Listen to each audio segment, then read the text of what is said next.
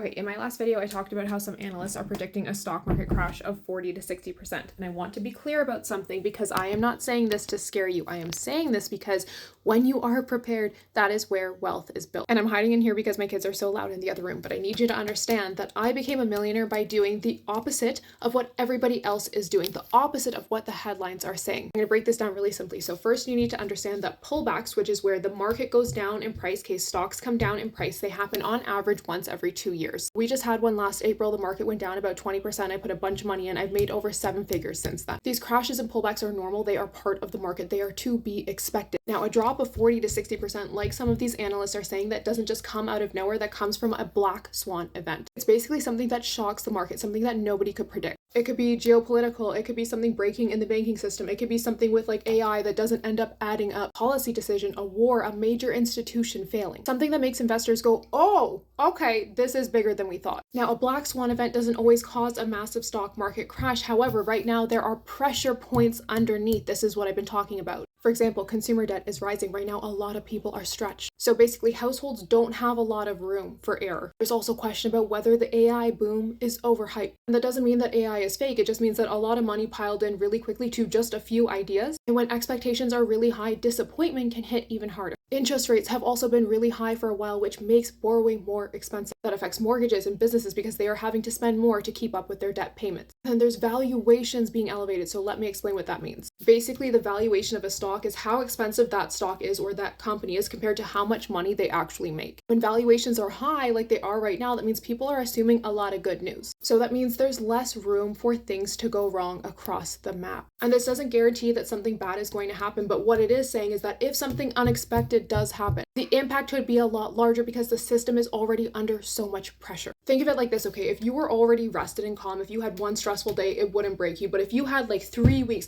of like the worst days of your life and then something small happened, that could tip you over the edge. Markets work the same way. So what does this actually mean for you? It doesn't mean wait on the sidelines. It doesn't mean pull your money out. You continue with your regular investing strategy, small amounts over time. You don't just stop investing because people are nervous, because we don't know if or when this will actually happen. At the same time, you need to work to get your financial house in order. Sorry, I'm speaking quickly because I'm running out of time. That means increasing your savings, lowering your stress in your day-to-day finances, paying off high interest debt, negotiating a rate, having an emergency fund, having cash available. Because if an opportunity shows up, the ones that can take advantage of it are the ones who are ready. If you want to learn more about this, I have other free trainings that walk you through this step by step. Go and grab your spot, link in bio.